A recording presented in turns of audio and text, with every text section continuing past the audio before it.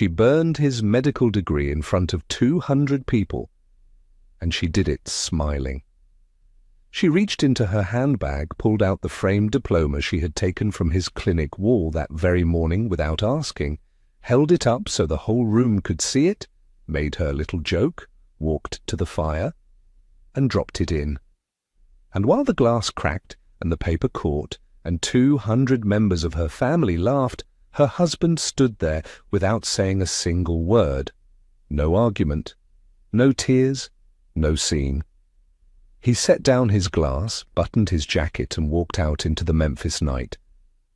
And nobody in that room thought twice about it, because nobody in that room had ever thought twice about him. That was their mistake. What his wife didn't know, or what none of them knew, was that the certified letter sitting in his jacket pocket at that exact moment would reveal that he was the sole heir to one of the largest private land portfolios in the history of the state of Tennessee. And what made it devastating, truly, completely, permanently devastating, was that the ground his wife's entire family empire had been built on for 40 years. It belonged to his father, which meant it belonged to him. Before we go any further, if you are new here, hit that subscribe button right now, because this channel is where the quiet ones always win. Drop a like on this video if you already know where this is going, and tell me, where are you watching from today? Drop your city in the comments, because this community spans every time zone, and I want to hear from you. Now, let me take you back to the night it all began. To a ballroom, to a fire, and to a man who said nothing because he already knew everything he needed to know. Now let me take you back to where this started. The Peabody Hotel had been standing on Union Avenue since 1925, and on any given Saturday evening, it knew how to hold a room. The Grand Ballroom on the second floor could seat 300 people in comfort, and tonight it held 200 members of the Prescott family in their finest silk dresses, French cuffs, gold cufflinks, the particular kind of laughter that only comes from people who have never had a reason to lower their voices. Calvin Jerome Tatum sat at table 14. He had worn his good suit, the navy one Simone had picked out 3 Christmases ago, and he had pressed it himself that morning. His shoes were shined, his tie was straight, none of it mattered. In a room full of Prescotts, Calvin Tatum had always been a footnote, and everyone in that ballroom knew it, including his wife.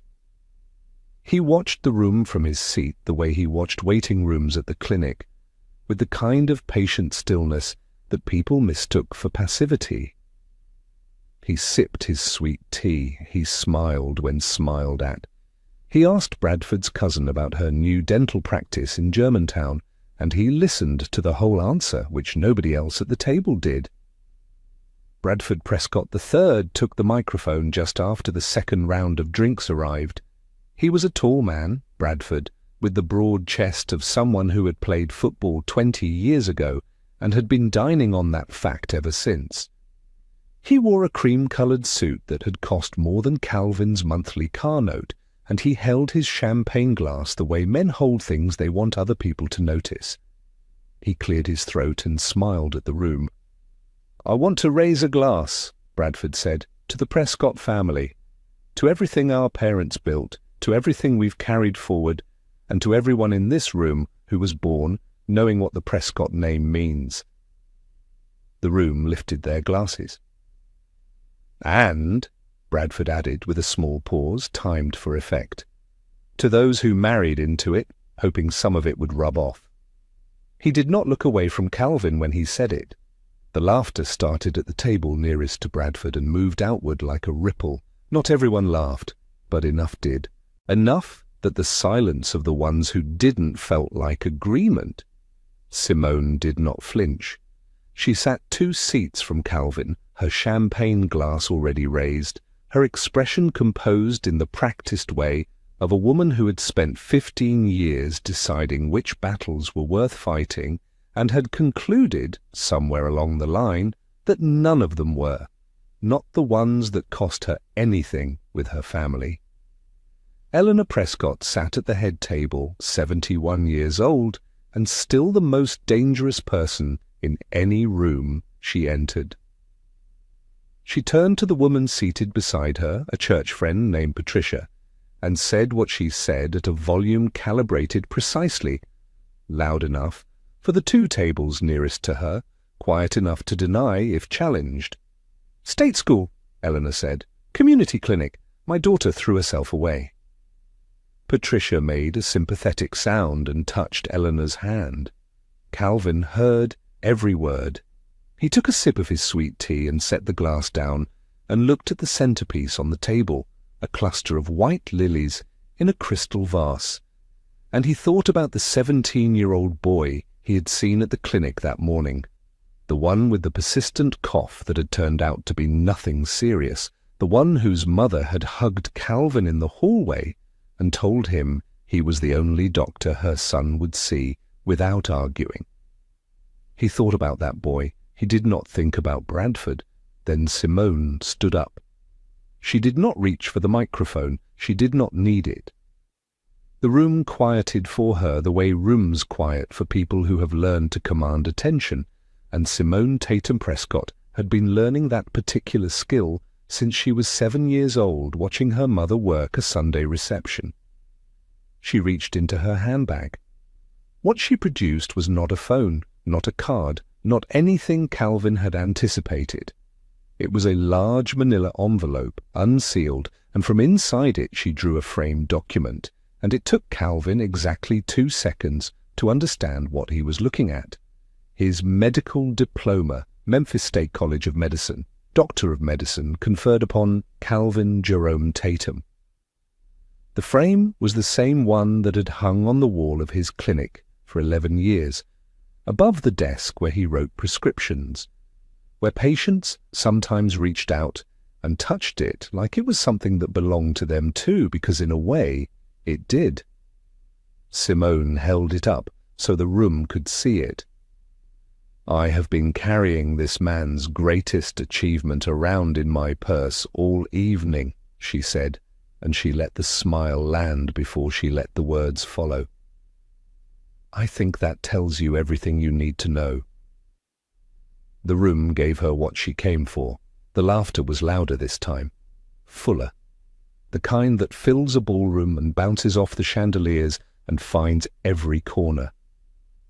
Calvin did not move. Simone walked toward the terrace with the diploma held at her side, and the room followed her with their eyes, and the glass doors opened, and the iron chimney on the terrace was already lit. Someone had lit it before the dinner against the mild October evening, and Simone stood over it for a moment with the frame in both hands. She looked back at Calvin through the glass. Then she dropped it in. The frame hit the iron grate, and the glass front cracked with a sound like a small shot, and the paper inside caught within seconds, the edges going orange, then brown, then black, curling inward the way paper does when it understands it is finished. Calvin watched it burn. He did not stand. He did not speak. He did not give the room the scene it was quietly hoping for. What he did was this. He finished his sweet tea. He set the glass down on the white tablecloth with the same care he set instruments down in an exam room. He pushed back his chair and stood, and he buttoned the single button on his navy jacket, and he walked through the ballroom toward the exit with his head level and his pace unhurried, and the room watched him go the way rooms watch people they have already dismissed. Nobody said goodbye. He walked through the lobby, past the famous fountain with the ducks, past the concierge desk, and the sound of a piano being played softly in the bar, and through the revolving door onto Union Avenue, and the Memphis night received him without ceremony. He stood on the sidewalk. He reached into the inside pocket of his jacket, a habit, nothing more, and his fingers found the envelope he had placed there that morning, the one from the clinic post office box, the one from Whitfield and Associates Estate Law, Memphis, Tennessee. He had tucked it away before the dinner, intending to open it after, and the evening had rearranged itself around that intention without his permission. He held the envelope in both hands under the amber light of a street lamp on Union Avenue. The Peabody glowed behind him. He could still hear, faintly, the sound of his wife's family celebrating. He looked at the envelope for a long moment, then he folded it carefully and returned it to his inside pocket. He was not ready. Not yet. He found his car in the parking structure on 3rd Street, the 2014 Camry that Bradford had commented on at Easter with that particular smile, and he sat in the driver's seat for a moment before he started the engine. Then he drove home to Orange Mound in the dark, alone, with the letter still pressed against his chest like something his father had put there on purpose. He drove home through streets he had known since boyhood, past the barber shop on Macon Road where his father used to take him on Saturday mornings, past the church on Person Avenue where his mother's funeral had been held, past the corner store with the hand-painted sign that had never changed in 30 years. Orange Mound received him the way it always had, without ceremony, without judgment, without asking him to be anything other than what he was. He did not sleep much that night. Calvin Jerome Tatum had grown up in a house on Barron Avenue with a mother who worked the early shift at the hospital laundry and a father who left before sunrise and came home after dark, and never once explained where he went or what he did there. Jerome Tatum said he worked in land. That was the whole explanation, offered once and never elaborated on. Calvin had grown up understanding that his father was a private man and that private men were not to be pressed. What Calvin did press, from the time he was old enough to understand the difference, was his own future. He graduated from Melrose High School with a 4.0 grade average and a full academic scholarship to the University of Memphis. He went on to Memphis State College of Medicine on another scholarship, a state program for students from underserved communities who committed to practicing in those same communities after graduation. He signed that commitment without hesitation. It was not a sacrifice, it was a direction. He opened the Spotswood Avenue Community Clinic at 31 years old with a $40,000 SBA loan, a lease on a converted storefront that still had the old pharmacy counters built into the walls, and a patient list that started at 0 and grew by word of mouth, one family at a time. By the time he married Simone, the clinic had 600 patients. By the time Bradford made his toast at the Peabody, it had 1,200. Calvin knew every one of them by name. He knew which ones had to choose between medication and groceries at the end of the month, and he adjusted his billing accordingly. He knew which children had asthma triggered by the mold in their apartment buildings, and he wrote the letters to the housing authority himself. He knew which elderly patients would not call an ambulance no matter how sick they got because they were afraid of the bill, so he gave them his personal cell number and told them to call him first. He was, by any honest measure, exactly what a doctor was supposed to be. The Prescotts did not see it that way.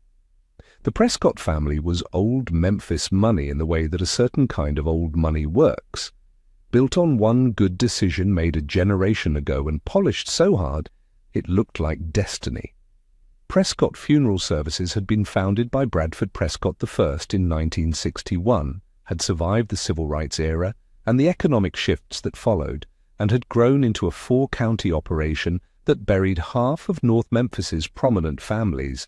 It was a real business, a successful business, and the Prescotts wore it the way other families wear crests. Eleanor Prescott had gone to Howard University in 1971. Bradford III had gone to Howard. Simone had gone to Howard. The diplomas hung in matching frames in the front hallway of the Prescott family home on Goodwin Street, and guests were expected to notice them. Calvin had gone to Memphis State. That was, in Eleanor's mind, the original sin. She never said it directly. Eleanor Prescott was too refined for directness. Instead, she referred to Calvin as Simone's doctor friend for the first 3 years of the marriage, even after the wedding, as though the ring on Simone's finger was a rumor she hadn't yet confirmed. She asked Calvin at Easter dinner, with genuine seeming curiosity, whether he had ever considered doing something more specialized. Cardiology, perhaps, or orthopedics, somewhere with a better patient base. She said patient base the way people say it when they mean a better class of people. Bradford was less subtle.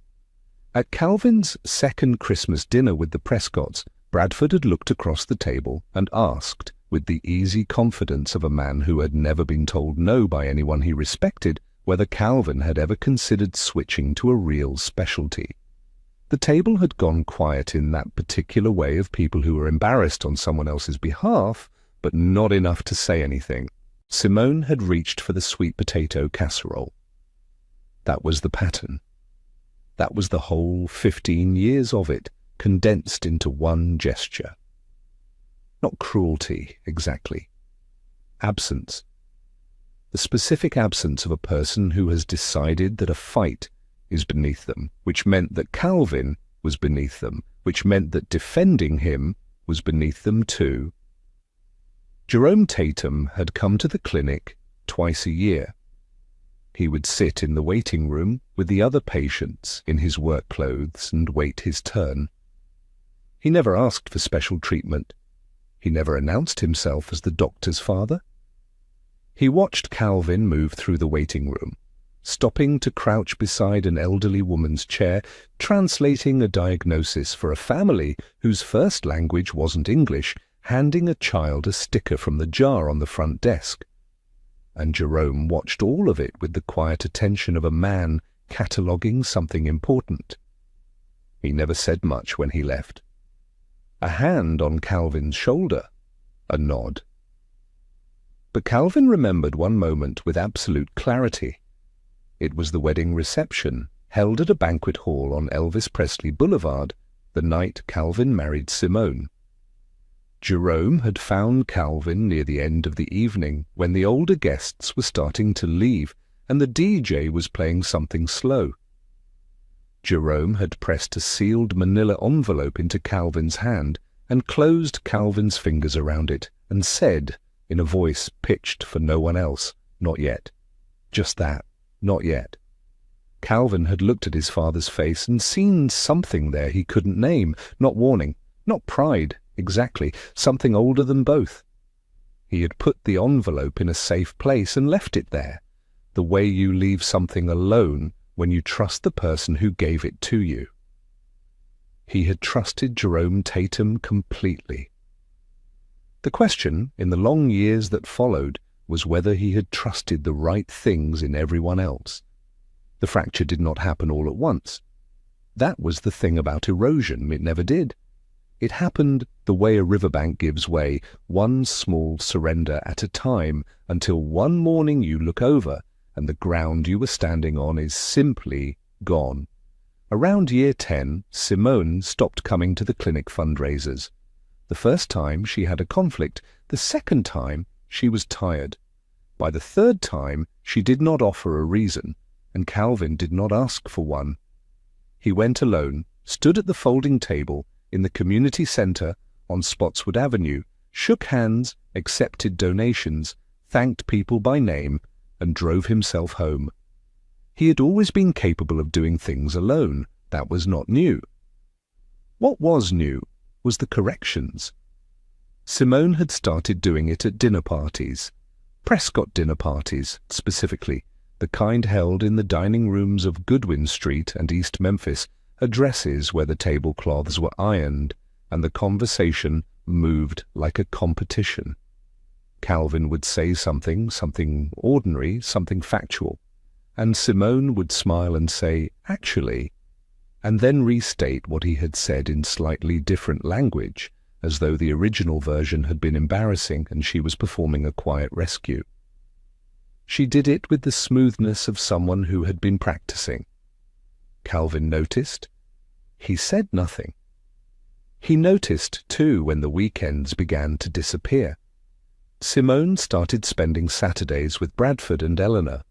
Shopping, brunches, the kind of long, unhurried afternoons that required no explanation and received none. She did not invite Calvin. He did not ask to come. He spent those Saturdays at the clinic instead, catching up on charts, seeing walk-in patients who had nowhere else to go on a weekend, fixing the broken seal on the back door that the landlord had been promising to fix for 4 months. He was useful wherever he was. But the Saturday that broke something quietly and permanently was the one in late October, their 12th anniversary. Calvin had driven to a jeweler on Poplar Avenue, a place he could not really afford on a clinic salary, and bought Simone a bracelet. Simple, gold, the kind she had pointed to once in a magazine and then pretended she hadn't. He had wrapped it himself, which she always said was charming, and left it on the kitchen counter with a card. Simone had unwrapped it, turned it over once in her hand, and told him it was the wrong brand. Not the wrong bracelet. The wrong brand. She had set it back in the box with the careful movements of someone returning a library book that had never interested them, and she had taken her coffee to the back porch and made a phone call. Calvin had rewrapped the bracelet, put it in his jacket pocket, and gone to the clinic. He donated it later, anonymously, to a church silent auction. He never mentioned it again. The phone call came 3 weeks after that. Calvin was in the hallway outside the kitchen, and Simone was inside, and her voice carried the way voices carry in a house that had grown too quiet to absorb sound. She was talking to her friend Renata, the one with the husband who had made partner at his firm, and she was saying that she had made choices that looked one way when she was 26 and looked very different at 41. She said she had settled. She said it with the flat certainty of a woman who had been saying it to herself for years and had finally gotten tired of keeping it inside. Calvin stood in the hallway for a moment. Then he got his keys and went back to the clinic. He did not confront her. He did not stand in the doorway and make her account for herself. That was not who he was. It was also not necessary. The word had landed, and he carried it, and he kept moving. That was the only direction he knew. The photographs came down in the spring of year 13. Simone replaced them on a Thursday while Calvin was at work. His clinic photos, the ones from the ribbon cutting and the community health fair, and the one where he was crouched beside old Mr. Aldridge, who had brought Calvin a sweet potato pie as payment for 6 months of follow-up appointments. She replaced them with Prescott family portraits, framed and formal, the kind that required a photographer and a sitting fee. Calvin came home, looked at the wall, said nothing. Jerome Tatum died on a Tuesday in November, 11 months before the Peabody reunion. The funeral was held at Greater New Bethel on Park Avenue, and the church was full, which surprised Calvin because his father had been such a quiet man. But quiet men accumulate witnesses. Calvin sat in the front pew and held himself together the way his father had taught him, which was to breathe slowly and remember that grief was just love, with nowhere to go yet. Simone sat beside him for the service. 45 minutes. Then she leaned over and told him Bradford had a dinner and she needed to go and she was sorry for his loss, and she left. She left his father's funeral to go to Bradford's dinner. Calvin stayed until every last guest had gone and helped fold the chairs himself. After Jerome died, the clinic post office box began receiving a different kind of mail. Thicker envelopes, certified, with law firm return addresses Calvin did not recognize. He collected them and set them aside, not from avoidance, but from the same instinct that had kept the manila envelopes sealed for 15 years. Jerome had been a deliberate man. Whatever was coming through that box was coming on its own schedule, and Calvin trusted the schedule. Simone called the post office box his little secret mailbox. She said it like it was a small ridiculous habit, like leaving cabinet doors open or talking to the television. She told him twice to cancel it, once in front of her mother, once at breakfast. Both times, Calvin touched the small brass key on his keychain and said nothing. He never took it off. 2 days before the family reunion, Simone sat down across from Calvin at the kitchen table with the composed expression of a woman who had rehearsed, and she told him she wanted a separation. She said she had made her decision. She said the reunion dinner was already planned, and she intended to go, and he could come or not, but either way, this was where they were. Calvin looked at her for a moment. He thought about the bracelet, the phone call, the photographs, the 45 minutes at his father's funeral.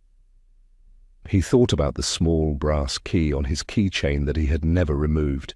He said he would be there, because he was the kind of man who finished what he started, and because that morning, on the way to the Peabody to pick up his jacket from the dry cleaner on Union Avenue, he had stopped at the clinic post office box as he always did, and he had found a certified letter from a law firm called Whitfield and Associates, and he had placed it, unopened, in his inside jacket pocket because Jerome Tatum had always told him that the right moment for everything would make itself known.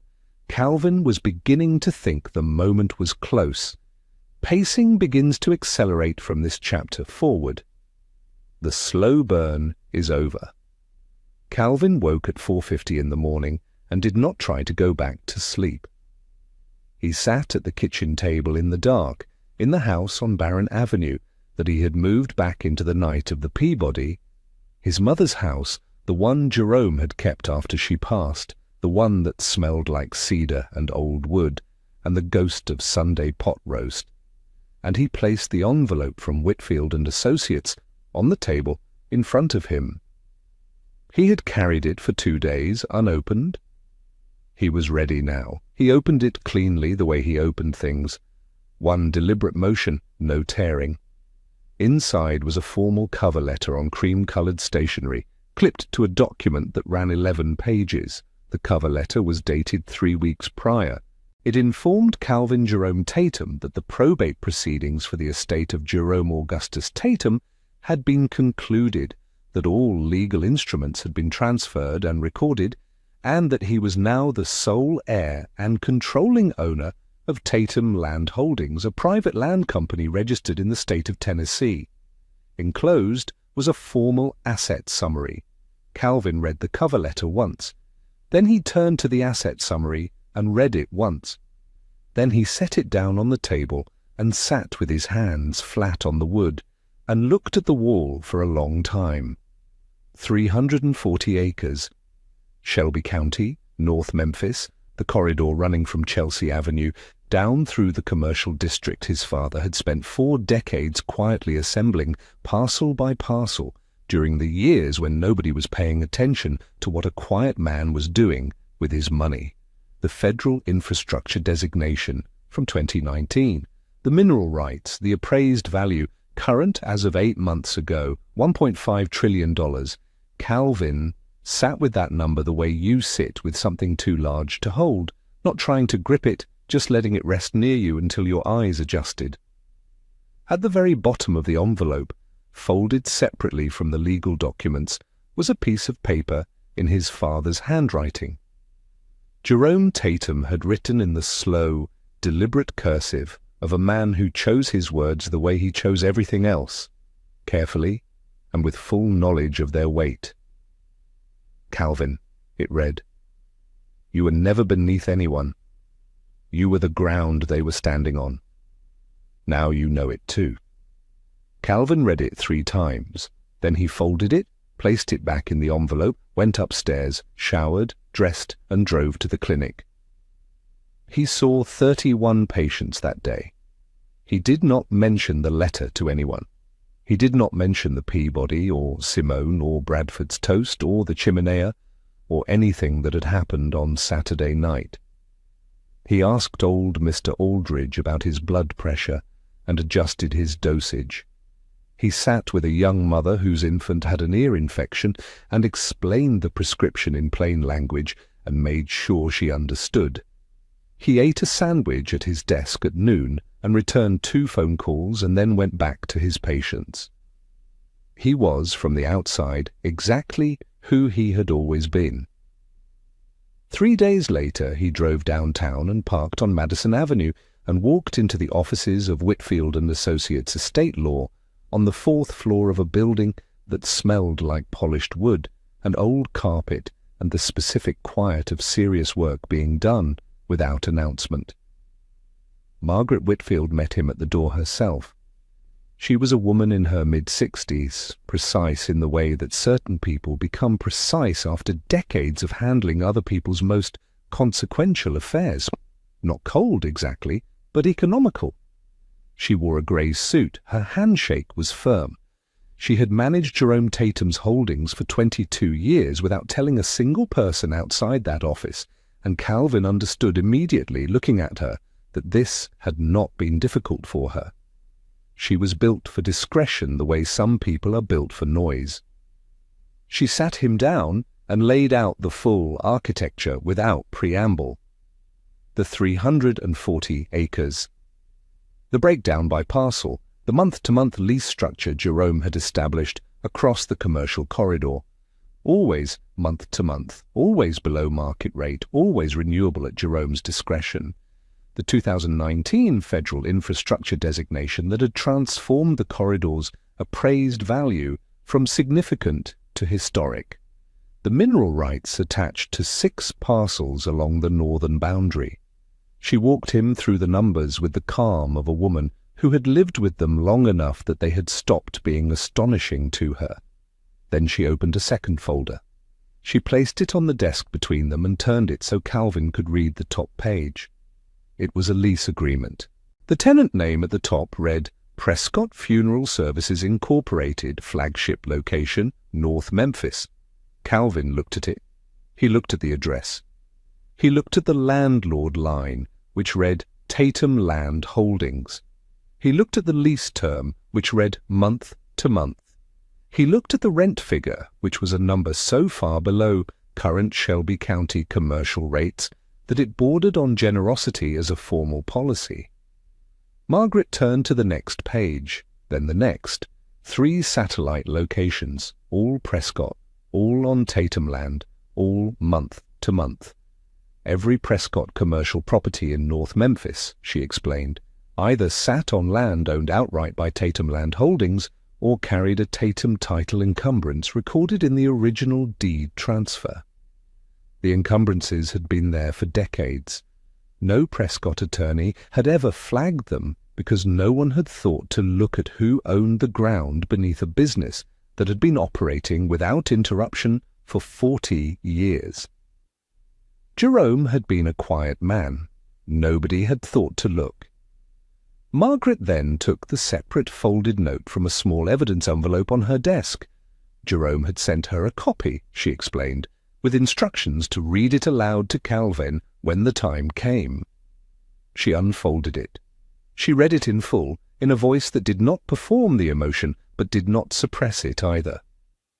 Calvin, you were never beneath anyone. You were the ground they were standing on. Now, you know it too. She paused for exactly 1 beat after the last word. Then she slid the lease files across the desk toward Calvin and folded her hands and waited. Calvin looked at the files. He looked at the Prescott name printed on page after page of documents that described land his father had owned for 4 decades. He thought about Bradford at the microphone. He thought about Eleanor's audible aside. He thought about Simone's hand dropping his diploma into the fire and the sound the glass made when it cracked. He asked one question. What are my options? Margaret Whitfield smiled. It was small and precise like everything else about her, but it was unmistakably a smile. Then she started talking. Calvin left the office 40 minutes later and stood on the sidewalk on Madison Avenue. He turned north and looked in the direction of Orange Mound, though he could not see it from where he stood. He stood there for a moment in the October afternoon, in his clinic clothes, a man who had just learned that the ground his father had spent 40 years building was now entirely his. He got in the Camry. He pulled out of the parking structure. And before he reached the first traffic light, he called Margaret Whitfield's office. When she answered, he said, "Let's meet again Friday. Bring the lease files."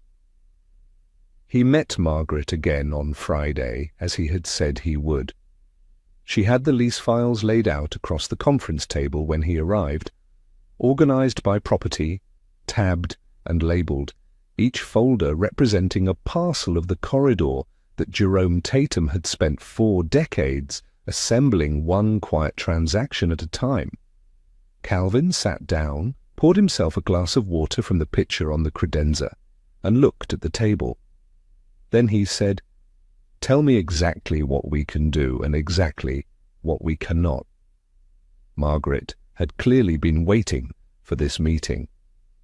She spoke for 20 minutes without notes, which told Calvin everything he needed to know about how thoroughly she had prepared. The legal position was clean, she explained, unambiguous. The month-to-month lease structure Jerome had maintained was not a vulnerability. It was, as it turned out, the sharpest instrument in the entire portfolio. Under Tennessee property law, a month-to-month commercial lease could be converted to a market-rate long-term agreement with 30 days written notice. No renegotiation required, no tenant consent required. The landlord set the terms, the tenant accepted or vacated. Calvin listened to all of it. Then he asked his second question of the entire process. "What are current Shelby County commercial rates for that corridor?" Margaret told him. The number represented a 340% increase over what Jerome had been charging. Calvin was quiet for a moment. Then he said, "Send notices to every tenant on Tatum land.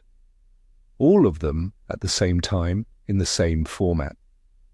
No distinctions, no special language for any particular tenant." Margaret nodded. She had already drafted the template. That was the first rule of the strategy, and it was the most important one. Nothing personal. Every action taken through proper legal channels, every notice sent to every tenant simultaneously, so that the Prescott notices arrived in a stack of identical envelopes, indistinguishable from the ones going to the hardware store on Chelsea Avenue and the laundromat on North Watkins and the 27 other businesses operating on Tatum land. No fingerprints, no targeting, just a landlord, finally, charging market rate. The second rule was silence. Calvin would not communicate directly with any Prescott, not Bradford, not Eleanor, not Simone's attorney, beyond the minimum disclosure required by the divorce proceedings. If anyone called Whitfield and Associates, Margaret would not take the call. If anyone sent a letter, Margaret would acknowledge receipt and nothing more. The Prescotts would have to sit with what was happening, and they would have to sit with it alone. The third rule, and Calvin had arrived at this one on his own, in the days between the law office and this meeting, was construction, not destruction. He told Margaret he wanted to begin incorporating the Jerome Tatum Community Land Trust immediately, quietly, in parallel with everything else. The trust would be the mechanism through which he would eventually convert a significant portion of the corridor into affordable long-term leases for community businesses.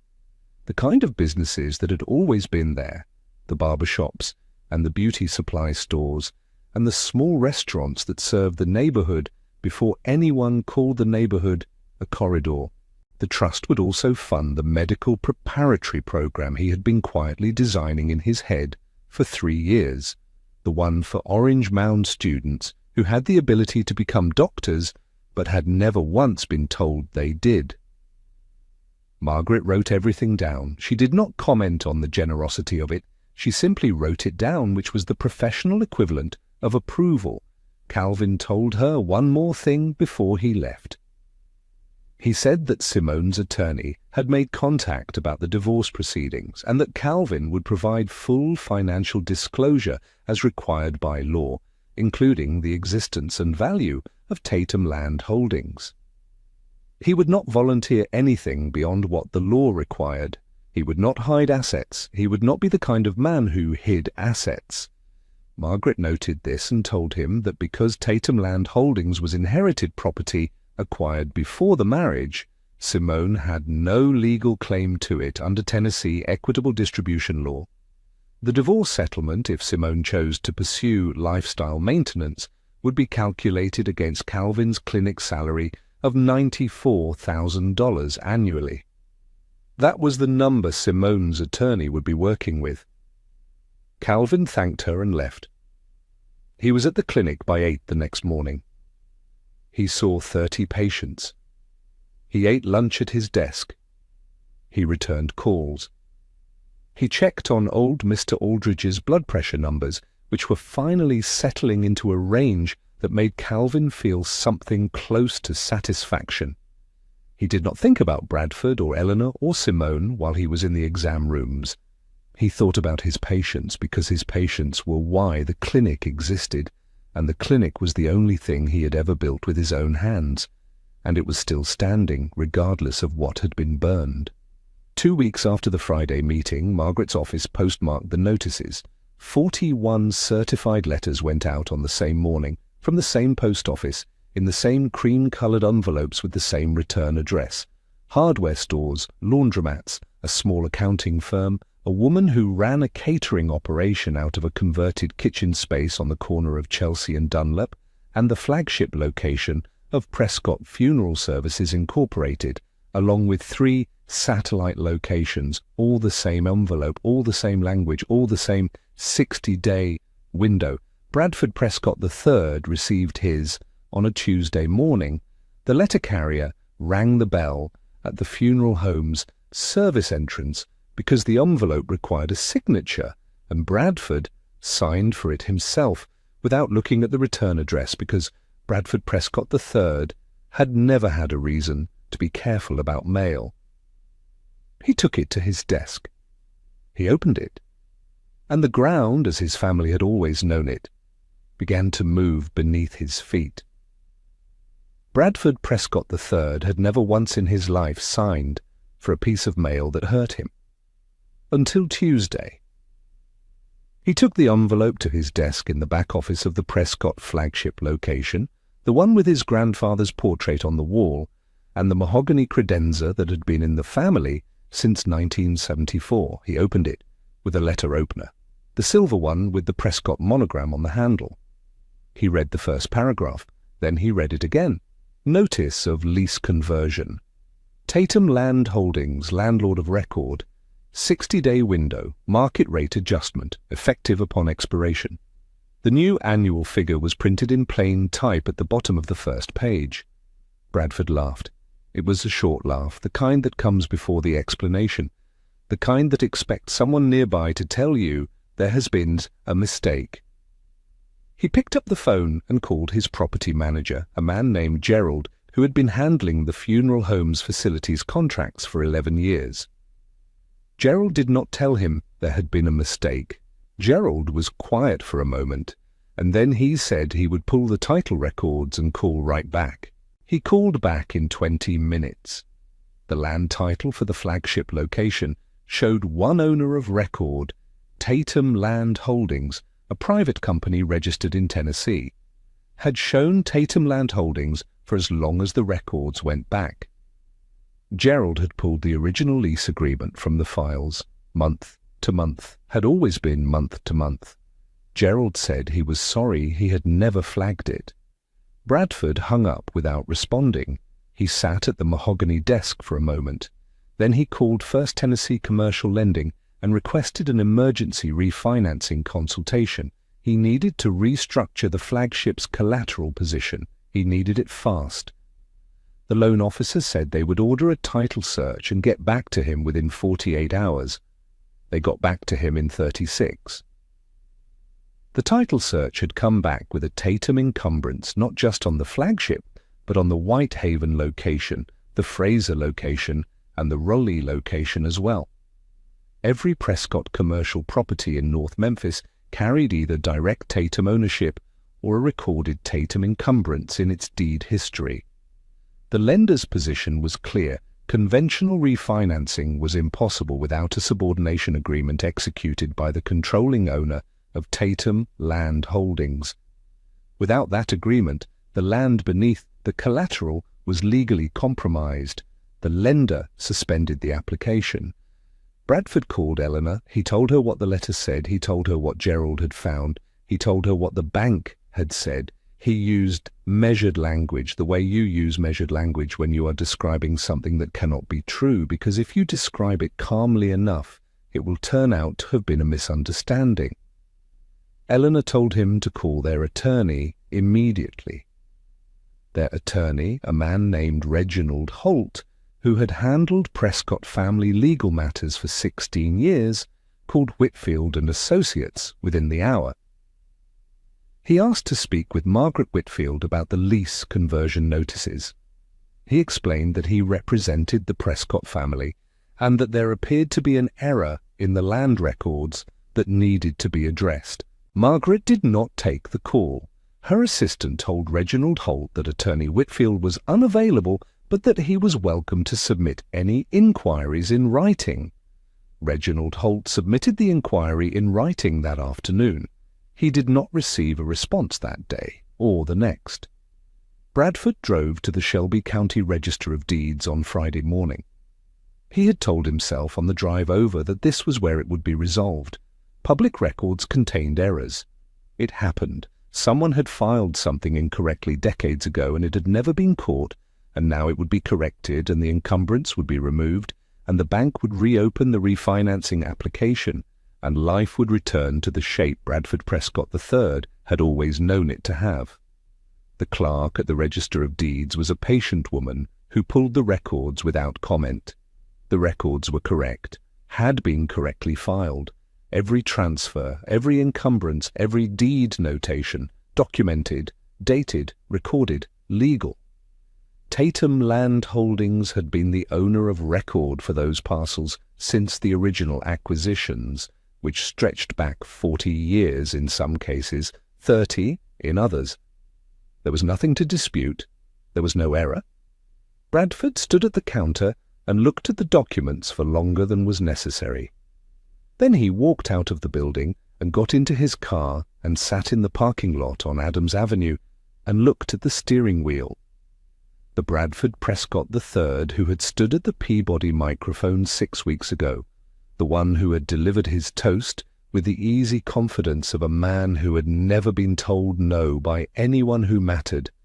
That man was having a very hard time computing what was happening.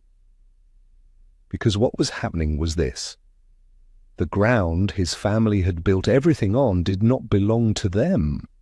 It had never belonged to them. It had always belonged to Jerome Tatum, which meant it now belonged to Calvin. Bradford picked up his phone and called Simone. When she answered, he did not open with his usual confidence.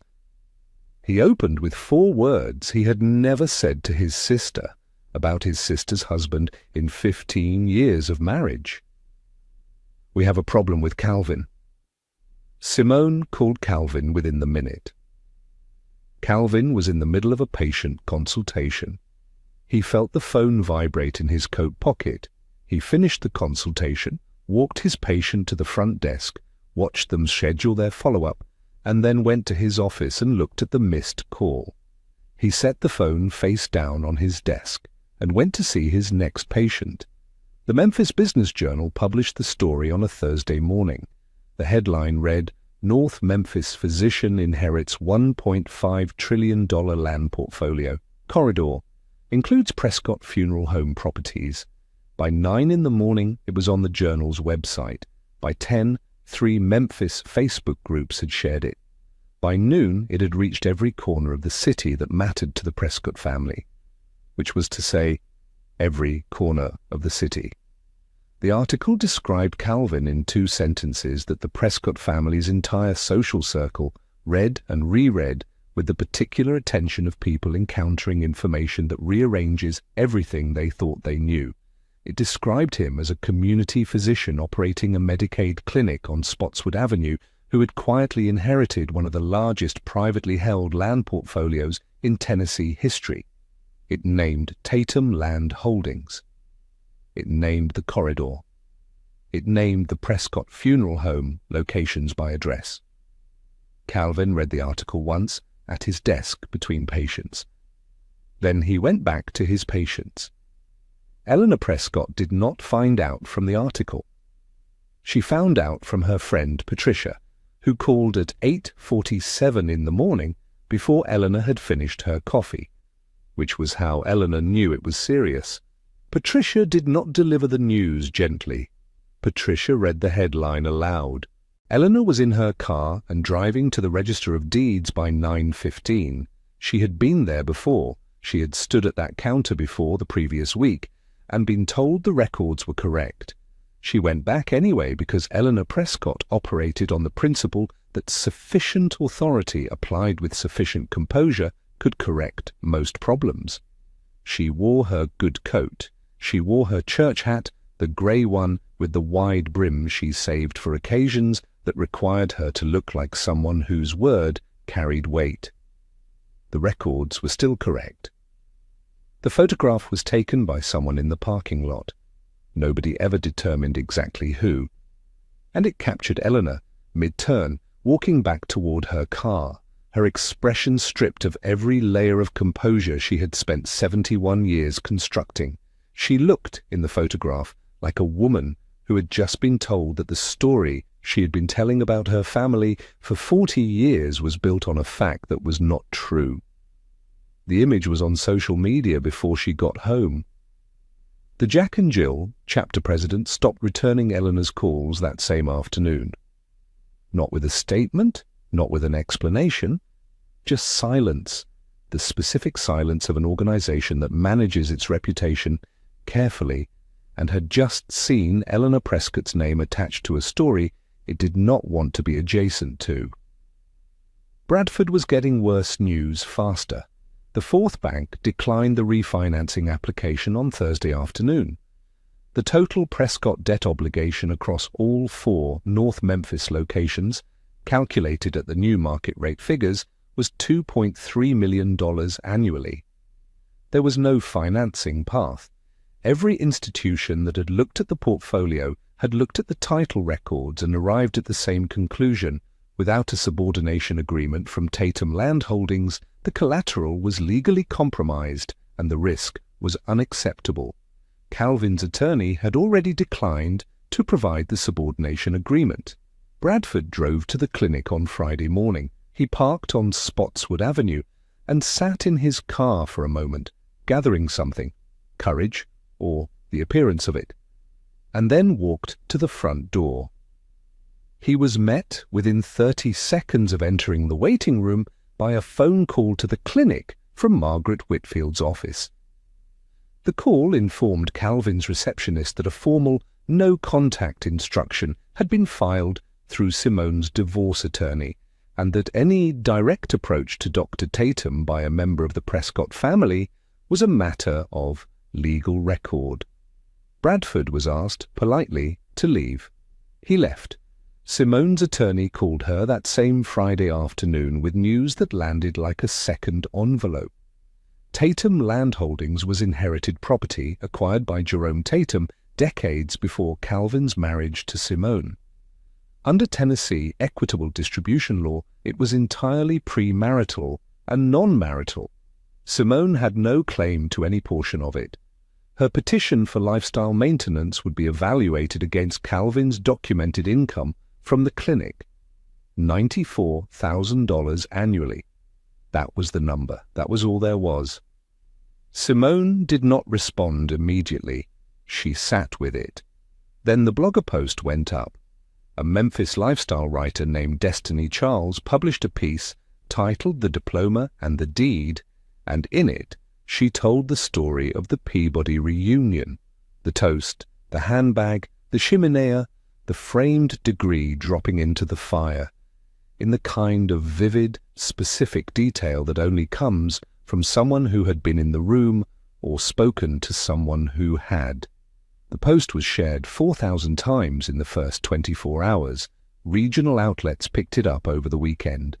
The Peabody Hotel's events coordinator quietly noted in the internal booking system that the Prescott family reunion would not be scheduled for the following year. No statement was issued. It was simply removed from the calendar. 2 of the Prescott satellite locations missed their new rent obligations in the 3rd week. Vendors who had extended net 30 terms to the funeral homes began requesting prepayment. The Howard University Alumni Network, Bradford's network, the one he had leaned on for introductions and referrals, and the particular social currency that came from being a legacy family, went quiet in the way that networks go quiet when association becomes a liability. On Sunday, Eleanor sat in her usual pew at Greater Whitestone Baptist Church. The congregation noticed what they noticed. Eleanor Prescott had always been a composed woman, composed in a way that commanded a room before she said a word, composed in a way that her family had always relied on as a signal that everything was under control. She was not composed on that Sunday. She sang the hymns. She bowed her head for prayer. But the composure was gone, and the people who had known her for 30 years felt its absence like a change in the weather. Bradford left a voicemail for Calvin on Monday evening. It began with the word sorry. It ended with a request, unspecified, desperate in its vagueness, for Calvin to call him back so they could talk, man to man, and work something out. Calvin listened to the voicemail once. He did not return it. He was at the clinic by 7 the next morning, same as always, coffee from the same corner store, same 2014 Camry in the same parking spot. And on Wednesday at 9:15 in the morning, his receptionist looked up from the front desk and then looked back at Calvin with an expression that asked a question without asking it. Simone was standing in the waiting room. Calvin looked at her for a moment through the glass of his office window. Then he nodded once, and his receptionist opened the door. She was wearing the grey wool coat, the good one, the one she wore when she wanted to be taken seriously. Calvin noticed it. He noticed everything, always had. He nodded to his receptionist, and his receptionist opened the door to the waiting room, and Simone walked through it and followed Calvin down the short hallway to his private office without speaking. He closed the door behind them. The office was small in the way that rooms are small when they are filled with purpose. The shelves along the back wall held 1,200 patient files, organized by hand, each one representing a person Calvin knew by name and history and particular need. The desk was the same one he had bought second-hand when he opened the clinic 13 years ago. The lamp on the corner had a crack in its base that he had repaired with electrical tape and never replaced. Simone sat in the chair across from the desk. Calvin sat in his own chair and folded his hands on the desk surface and looked at her and waited. She had prepared something to say. He could see that. She began with the word Calvin, spoken in a tone he recognized, the tone she used when she was about to reframe something that had happened into something more manageable. She said she needed them to talk. She said there had been a misunderstanding, that things had gotten out of hand, that Bradford was in a difficult position, and their mother was beside herself, and that surely there was a way to sit down with the attorneys and find a solution that was reasonable for everyone involved. She kept talking. She talked for a long time, and Calvin did not move, and he did not interrupt, and he did not give her the reaction she was navigating around. He sat with his hands folded and let her finish completely. This was not strategy. This was simply who he was. He had always believed that people deserved to finish what they were saying before they were answered. When she was done, the office was quiet. Calvin reached into his desk drawer. He removed a single folded piece of paper and placed it on the desk between them, face up, centered precisely. Jerome Tatum's handwriting was large enough to read from where Simone sat. Calvin, you were never beneath anyone. You were the ground they were standing on. Now you know it too. Simone looked at it. Calvin began to speak, and his voice was the same voice he used in the exam rooms, unhurried, clear, without performance. He said, I want to tell you what happened on the night of the reunion. Not what you think happened. What actually happened. He told her about the letter. He told her it had been in his jacket pocket since that morning, that he had collected it from the clinic post office box, the one she had called his little secret mailbox for years, and that he had carried it through the entire evening without opening it. He told her that while she was holding his diploma up in front of 200 members of her family, while the room was laughing, the letter telling him who he was and what he owned was sitting inside his jacket pressed against his chest. He told her he had stood under a streetlight on Union Avenue and read it while the Peabody's lights were still behind him. He said, You burned my medical degree in front of your whole family because you thought it was the best I'd ever be. And while that fire was still warm, I was standing outside under a streetlight reading a letter that told me, Your family's name has been sitting on my family's land for 40 years. And my daddy let it stay there because he was a generous man. He paused. I'm his son.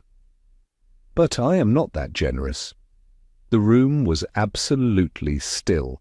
He told her about Jerome. He told her about Tatum land holdings, the 340 acres, the month-to-month leases, the 40 years of below-market rent that his father had extended to the entire commercial corridor as a quiet act of neighborhood generosity that no one had ever acknowledged because no one had known. He told her that every Prescott Funeral Home location in North Memphis sat on land his family had owned since before Bradford's father had put the name on the building. He said, Your brother built a brand on land my father allowed him to stand on, out of kindness, because Jerome Tatum was that kind of man. Simone had gone very still. She was not crying. It was something quieter than crying and more devastating. It was the expression of a person who has just seen the full architecture of a mistake they cannot undo. Not a moment's cruelty, but 15 years of it stacked carefully, and now finally legible for what it always was. She said his name once, softly, the way you say a name when you have run out of other language. Calvin looked at her for a moment. Then he said, You'll be treated fairly. Not warmly, fairly. The attorneys will handle the rest. He stood. He walked to the office door and opened it. He held it open and looked at her with the same steady patience with which he had looked at everything in his life that had asked too much of him for too long. Then he walked back down the hallway to the exam room where his next patient was waiting. Simone sat alone in the office for a moment. The note was still on the desk between them. She looked at it once more. Then she picked up her grey coat, and she stood, and she walked out of the clinic and into the November morning. Calvin was already in the exam room. He did not look up when the front door closed behind her. The divorce was finalized 6 weeks later, without a single contested filing. 6 months later, the North Memphis corridor looked different, not dramatically different, not overnight different. The buildings were the same buildings, the streets were the same streets, the barbershop on Chelsea Avenue still had the same hand-painted sign in the window and the same 3 men arguing about the same things on the bench outside. But if you looked at the lease agreements on file at the Shelby County Register of Deeds, you would see something that had not been there before. You would see the Jerome Tatum Community Land Trust, formally incorporated, holding 40 long-term, affordable commercial leases across the corridor. 30-year agreements, locked at rates designed not for maximum extraction but for maximum stability, the kind of rates that let a small business owner reinvest in the business instead of spending every quarter in survival mode. The trust was Calvin's second act, not his revenge, his inheritance, properly used. 40 businesses, a hardware store that had been on month-to-month anxiety for 11 years, a woman named Miss Celestine who had been catering out of a shared kitchen space and now had a proper lease on a building with her name on the door. A barbershop whose owner had been Calvin's patient for 9 years and who, when the letter arrived offering him a 30-year lease at a rate he could actually afford, sat down in his own chair and did not speak for a full minute. Calvin did not attend any of the signings. He sent Margaret. That was intentional. The Spotswood Avenue clinic expanded to 3 locations. The original on Spotswood, a second on Fraser Boulevard, and a third in the Raleigh neighborhood, in a building that had been empty for 4 years and now had a sign above the door that read Tatum Community Health. The patient roster grew from 1,200 to 3,400 in the first 5 months. Calvin hired 4 additional physicians, all of them from community medicine backgrounds, all of them the kind of doctors who knew their patients' names.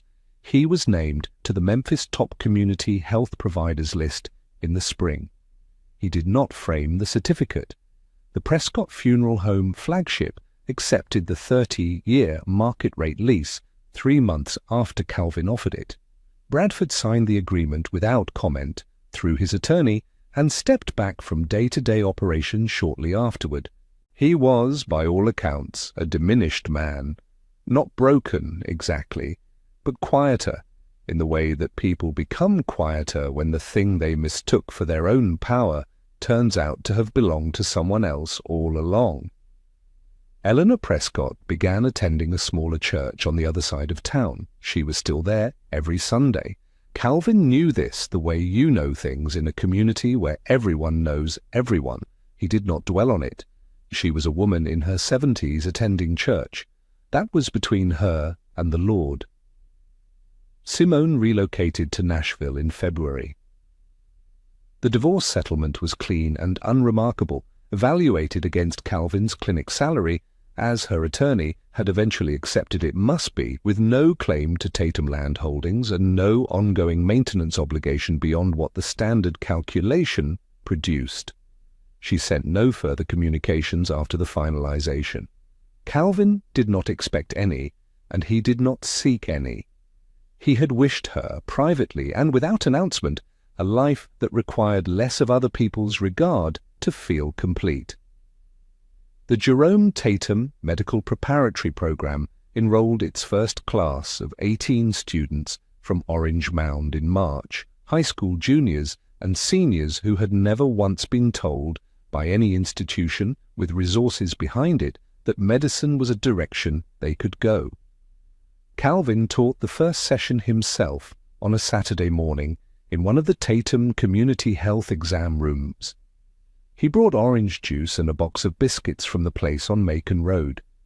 He told them about his father, briefly, and about the clinic, and about what it meant to be the person in the room who had made a commitment to stay. He did not tell them about the land or the money. That was not the point. The Jerome Tatum Community Land Trust held its first formal foundation dinner in April at a restored event space on North Main Street, a space, incidentally, that sat on Tatum land and had been one of the 40 affordable leases. Calvin arrived without ceremony in the same navy suit he had worn to the Peabody reunion, which he had dry-cleaned and kept because it was a good suit and there was nothing wrong with it. He was seated by the Trust's event coordinator beside a woman named Dr. Aurelia James. She was a Memphis-born historian on the faculty at Howard University, specializing in black land ownership and urban displacement in the Mid-South.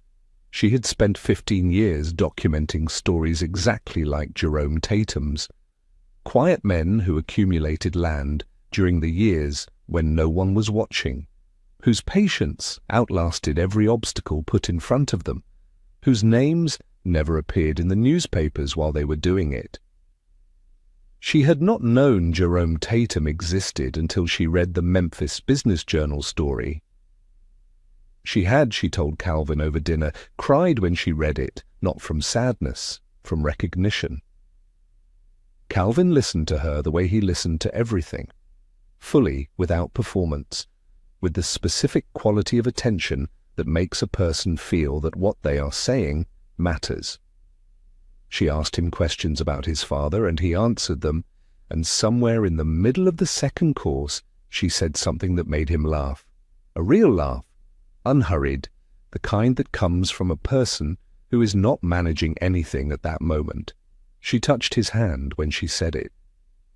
He looked at her, and he looked like a man who had always known exactly who he was, and had simply been waiting, without urgency, for the rest of the world to arrive at the same conclusion.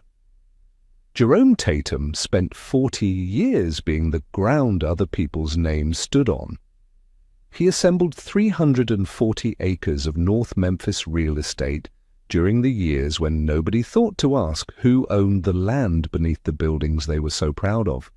He charged his neighbors below market rent not because he was naive, but because he was generous, and because he understood that the point of having something was not to hold it over people, but to make the ground more stable for everyone standing on it. He never told a soul. He built it for his son, not for recognition, not for applause, not for the particular satisfaction of being seen. He knew his son would know what to do with it. He was right. That night, after the foundation dinner, Calvin drove home to Orange Mound through streets he had known since boyhood. The same 2014 Camry, the same Macon Road, the same corner store with the hand-painted sign, the same house on Barron Avenue where Jerome Tatum had come home after dark for 40 years without explaining where he had been. The same road, the same man, only now he knew what was underneath it. Now, before you go, I want to ask you something. If you were in Calvin's position, if you had that letter in your pocket and you knew, what would you have done? Would you have walked away quietly? Or would you have done exactly what Calvin did? Drop your answer in the comments. I read every single one, and this community never disappoints. If this story moved you, hit that like button right now. It is the single best way to help this channel reach the people who need to hear these stories, and it takes 1 second. This community has grown into something remarkable, and every like is proof of that. I will see you in the next one, and trust me, the next one is worth waiting for.